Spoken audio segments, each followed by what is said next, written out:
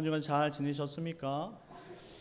저는 이번 70주년 은퇴 및 또 임직식을 하기 전까지 심적 마음의 부담감이 상당히 컸는데요. 어저께 이 모든 은퇴식과 임직식을 마치고 나니까 왜 이렇게 피곤함이 몰려오는지 아무것도 못 하겠더라고요. 그래서 정말로 참 이렇게 큰 짐이 은퇴식과 임직식이었구나라는 생각이 들었어요.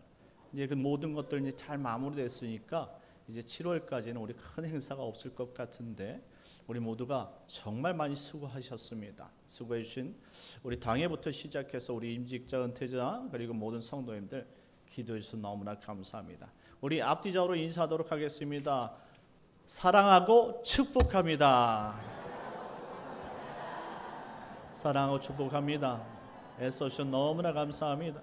사랑하고 축복해요. 오늘 이 시간 한번 웃어주는 것이 얼마나 행복한 일인지 여러분들 좀 아셨으면 좋겠어요. 교회가 사랑이 없다, 웃지 않아서 사랑이 없대요. 그러니 여러분들 한번 웃어주면 사랑이 가득한 교회가 되는 줄 믿으시기 바랍니다.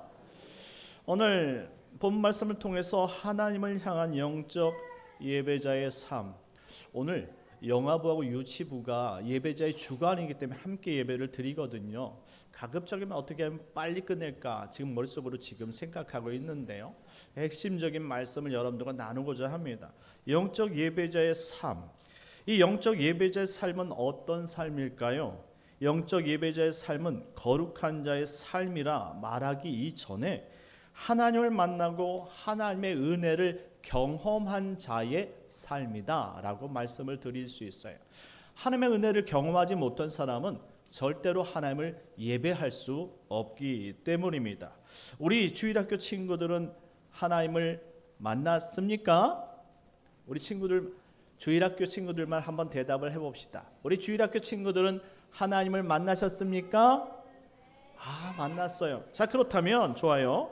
우리 장년 성도님들도 하나님을 만나셨습니까? 네. 감사합니다. 자, 교회에 나오시는 것만으로도 행복하고 좋다면 하나님 만나면 얼마나 행복하고 즐거운 일이겠습니까? 그러니 행복한 인생을 살기 위해서는 반드시 하나님을 먼저 만나야 한다는 것입니다. 하나님을 만날 때 비로소 영적 예배자의 삶이 시작이 되는 줄 믿으시기 바랍니다. 오늘 우리처럼 수천 년 전에 하나님을 만났던 한 사람이 있는데요.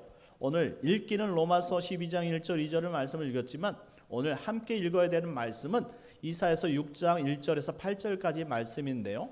6장 1절에서 3절까지 말씀을 한번 읽어보도록 하겠습니다. 시작.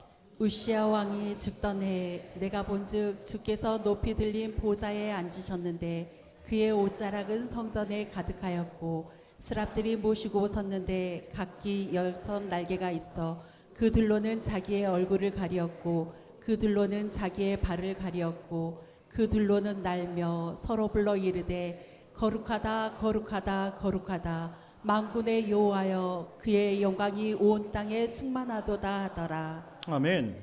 우시야 왕이 죽던 해, 이스라엘의 위대한 왕이요 존경받았던 지도자, 이스라엘 강력하게 만들었던 선한 왕 우시야 왕이 죽던 해라고 설명합니다. 이와 같은 해에 이사야 선지자를 불렀다는 것은 우시야의 죽음과 연관이 돼 있다라는 사실을 전제하고 있어요. 우시야 왕은 말년에 하나님 말씀을 저버렸고 제사장들이 드려야 하는 분향을 자신이 단독적으로 빼앗아 드리다가 하나님 앞에 저주를 받아서 한센병, 다시 말하면 나병에 걸려 결국 2년 만에 죽게 됩니다. 신앙이 좋던 왕도 마지막 한순간에 변심할 수 있다는 사실이 우리에게 충격적인 이야기로 다가옵니다. 그러니 우리 신앙은 자만해서는 결코 안 된다는 교훈을 반드시 가져야 합니다. 끝까지 예수님을 잘 믿는다는 것은 결코 쉬운 일이 아니기 때문입니다. 그러니 신앙은 인내가 필요하고 하나님의 은혜가 필요하다는 사실을 이 본문을 통해서 반드시 여러분들이 깨달았으면 좋겠습니다. 그런 상황 속에서 하나님께서 이스라엘을 대표하는 선지자를 부르시는 겁니다. 선지자는 하나님의 말씀을 가르치고 또 선포하는 사람입니다. 지금 그를 부르심은 지금 이스라엘의 신앙을 바로잡아줄 어른이 사라졌기 때문입니다.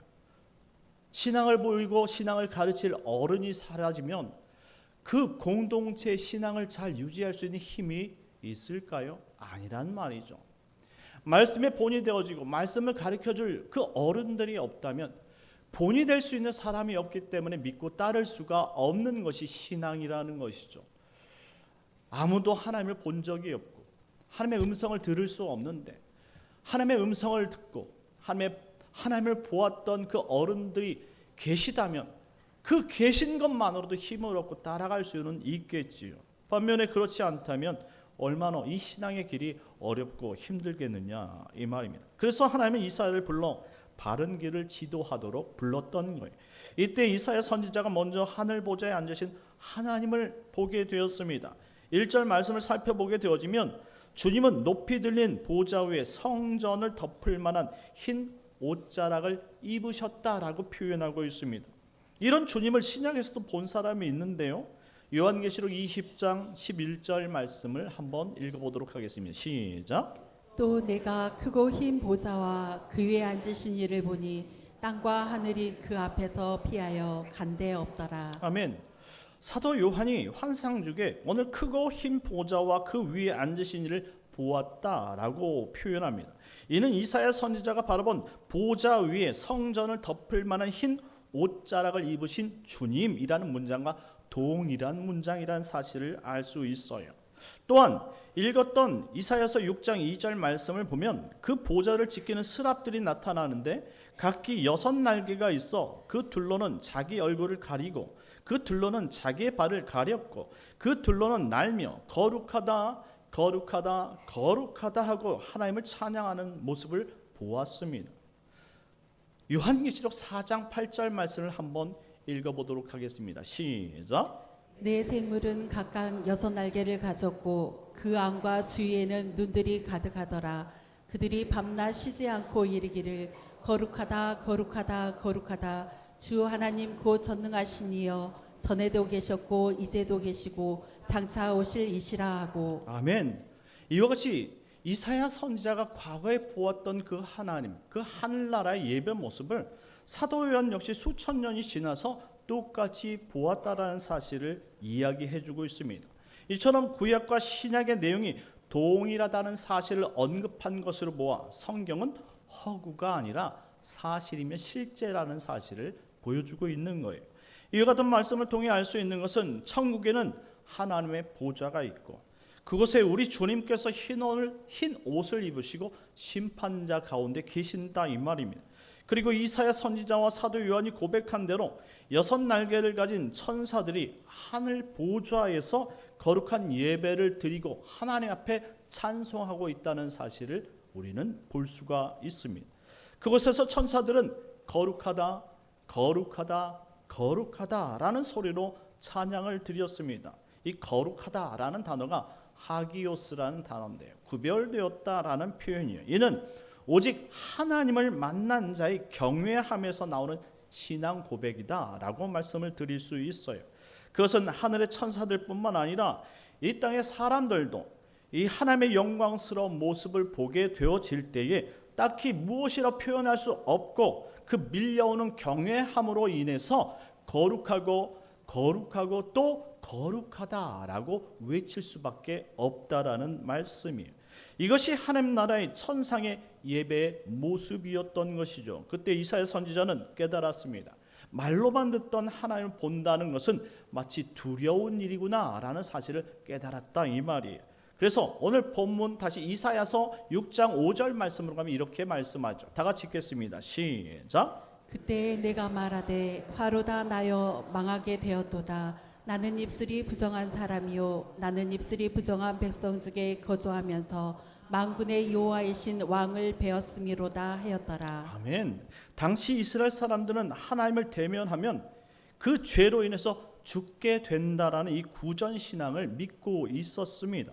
그래서 이사야 선지자는 천사들에게 둘러서신 이 하나님의 영광을 보고 화로다 나여 망하게 되었도다라고 고백할 수밖에 없었던 것입니다.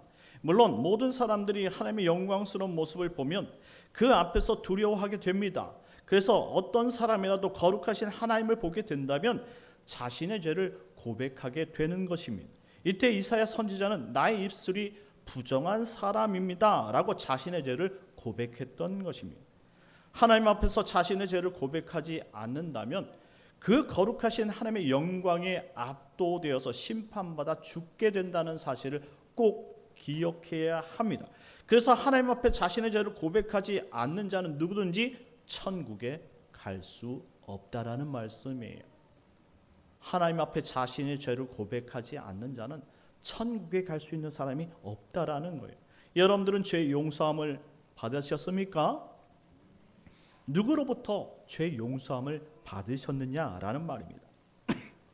과거 구약 시대에는 율법을 따라 짐승을 드려 짐승의 생명으로 하나님께 용서함을 받습니다. 그렇다면 지금은 어떻게 용서함을 받습니까? 지금 신약 세대를 살아가는 우리들은 이 땅에 오신 예수님의 생명으로 죄 용서함을 받게 되는 줄 믿으시기 바랍니다. 또한 하나님께서 죄 용서함 받은 사람들에게 사명을 주신다는 사실을 이사야를 통해서 알게 됩니다. 이 땅의 거룩한 백성들의 삶을 살다가 돌아오도록 하나님은 자신의 백성을 부르시고 그에게 사명을 주십니다. 이사야서 6장 8절 말씀입니다. 다 같이 읽겠습니다. 시작. 내가 또 주의 목소리를 들으니 주께서 이르시되 내가 누구를 보내며 누가 우리를 위하여 갈고 하시니 그때 내가 이르되 내가 여기 있나이다 나를 보내소서 하였더니. 아멘. 천상의 예배를 경험한 이사야에게 하나님께서 질문하십니다. 나의 백성들을 향해 누가 가겠느냐? 이는 이사야 선지자 외에도 하나님께서 택하신 백성들이 참으로 많다는 사실을 깨닫게 해주는 말씀이에요. 그러니 누가 그들에게 가서 하나님께 예배하는 자들을 찾을 수 있겠느냐라는 그러한 질문입니다. 이는 하나님을 만난 이사야에게 하신 말씀이라면 지금 21세기를 살아가는 우리 역시 하나님을 만난 사람에게 이와 같이 똑같이 그와 같은 부름을 받는다는 것을 꼭 기억했으면 좋겠습니다. 이때 하나님을 만나 죄 용서함 받은 이사야가 자신을 보내달라라고 고백합니다.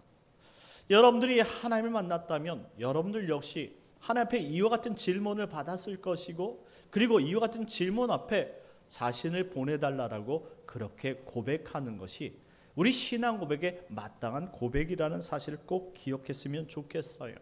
그때부터 이사야의 삶이 달라지기 시작합니다. 하나님을 만난 사람은 바로 하나님께서 원하시는 삶으로 방향성을 입기 때문입니다. 그래서 오늘 이사야 선지자가 그때부터 하나님의 말씀대로 구별된 거룩함을 살기 시작했다는 사실을 듣는 거예요. 오늘 설교 제목이 무엇인지 아십니까? 오늘 설교 제목은 하나님을 향한 영적 예배자의 삶입니다. 이사야 선지자는 하나님을 경험한 후부터 영적 예배자의 삶을 살게 되었습니다. 그것은 이사야뿐만 아닙니다. 오늘 하나님을 만난 모든 자에게 똑같이 이와 같은 경험이 이루어지는 줄 믿으시기 바랍니다. 오늘 우리 친구가 읽었던 말씀인데요. 특별히 로마서 12장 1절 말씀입니다. 다 같이 읽겠습니다. 시작. 그러므로 형제들아 내가 하나님의 모든 자비하심으로 너희를 고나노니 너희 몸을 하나님이 기뻐하시는 거룩한 산 제물로 드리라. 이는 너희가 드릴 영적 예배니라. 아멘. 하나님은 하나님께 부름받은 우리가 먼저 하나님이 기뻐하시는 영적 거룩한 산 제물로 드려야 한다라고 표현하고 있습니다. 거룩한 산 제물이란 결국 하나님께 드려질 제물이라는 표현이에요. 구약 성경에 하나님께 드리는 제물은 아무 것이나 드릴 수 없었습니다. 왜냐하면 하나님은 거룩하신 분이기 때문에 흠이 있는 짐승을 잡아 드릴 수 없었습니다. 그렇다면 정결한 짐승, 흠이 없는 예쁜 형태의 모양의 짐승을 잡아 구별해서 드렸다라는 것을 알 수 있습니다. 그렇다면 지금 21세기를 살아가는 우리 신약시대의 사람들은 제물을 드려서 어떤 짐승을 드려서 예배드리는 삶이 아닌데 그렇다면 우리가 어떻게 흠이 없이 거룩한 제물이 될 수 있느냐라는 사실이죠. 여기 흠이 없다라는 것은 한마디로 죄가 없다라는 의미예요. 한마디로 이 땅에서 예배하는 모든 사람들은 이제 죄 없는 자가 하나님 앞에 거룩히 구별돼서 드릴 수 있는 존재가 된다라는 설명입니다.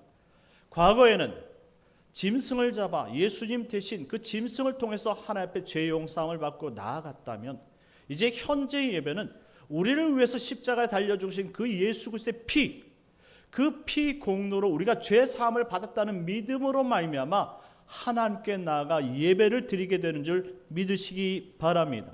이게 바로 거룩한 산 제물이며, 그리고 제물된 자의 삶의 예배라는 말씀입니다.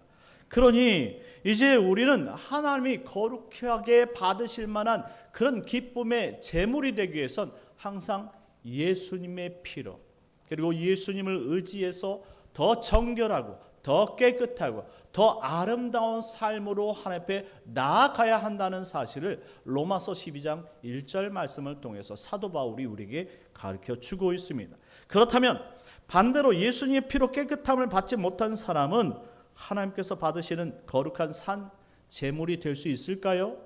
아니라는 것입니다.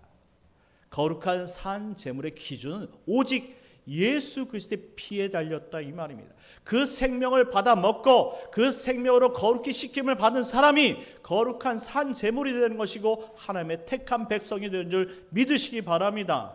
그러니 예수님을 믿지 않는 사람은 절대 하나님의 거룩한 산 제물이 될 수 없고 하나님 앞에 예배할 수도 없으며 하나님 앞에 죄 용서함 받을 수 없다라는 사실입니다. 그래서 예수를 믿지 않는 사람은 거룩한 예배자가 절대 될 수 없는 것입니다. 오늘 이 시간에 참석한 우리 이 영아유치부 학생부터 시작해서 유초등부, 중고등부, 청년부, 우리 장년부에 이르기까지 모든 사람은 다 똑같습니다. 예수님 앞에 거룩한 산제물로 죄 씻음 받지 않는다면 하나님 앞에 나아갈 수 있는 자는 아무도 없다라는 사실을 꼭 기억하시기 바랍니다.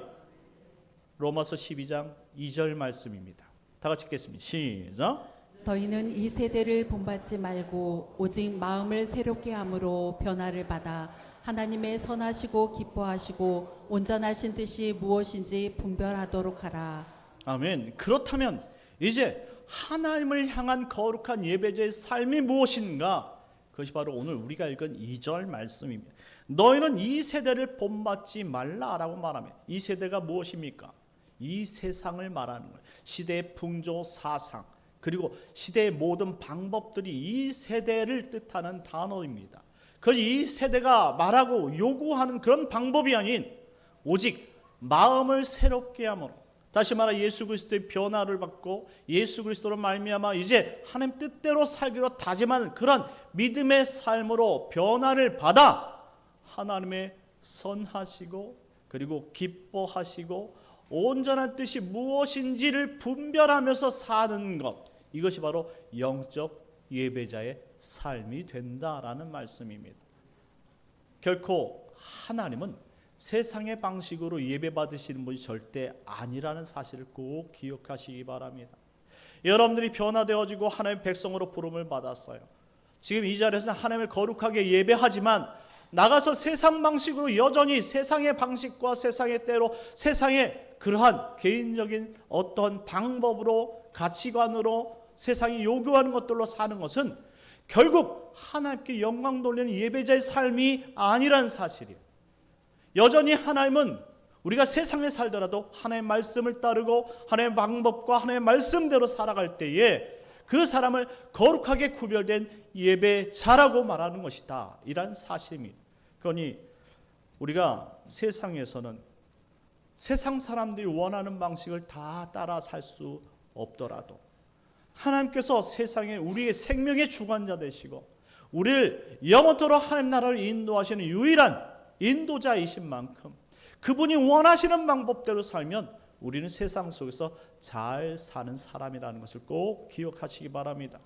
그러니 돈을 너무 많이 벌려고 애쓰지 마십시오. 돈 버는 것 때문에 믿음 생활을 여러분들이 행하지 않는다면 그것은 하나님이 원치 않는 삶이에요. 너무나 자신이 원하는 욕구대로 소망대로 살지 마십시오. 하나님이 원하는 소망과 여러분이 원하는 소망이 같지 않다면 당연히 여러분들이 원하는 소망을 내려놓고 하나님이 바라시는 그 소망을 따라서 사는 것이 거룩한 예배자의 삶이라는 것을 꼭 기억하시기 바랍니다. 말씀을 맺겠습니다. 사랑하는 성도 여러분, 하나님께서 여러분들이 지금 원하시는 것은 딱 한 가지입니다.